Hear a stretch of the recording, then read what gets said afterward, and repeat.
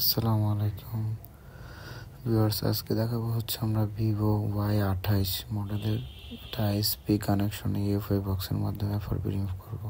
তো ফার্স্টে হচ্ছে ইউএফআই বক্সে টিক মার্ক দিয়ে নেব আইএসপি, দেন হচ্ছে আমরা আইডেন্টিফাইতে ক্লিক করে দিব। আইডেন্টিফাইতে ক্লিক করার পর হচ্ছে দেন আমার ডিটেক্ট করবে। এখন তো আমাদের এটা কানেক্ট হয়েছে, বাট এখন হচ্ছে আমাদের ইউজার পার্টে চলে যাব।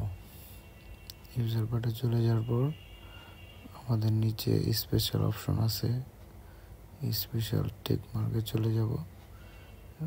দেন হচ্ছে আমাদের এখানে যে উপরে 3 নম্বর এফআরপি অপশনে চলে যাব। এফআরপি অপশনে ক্লিক করব, এফআরপি ডান লেখা উঠবে আমাদের। এফআরপি ডান লেখা উঠছে আমাদের, ওকে। এখন আমরা এটা ডিসকানেক্ট করে ফোনটা সেট আপ করে নেব।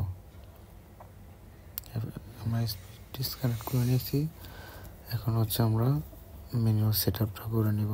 Skip next.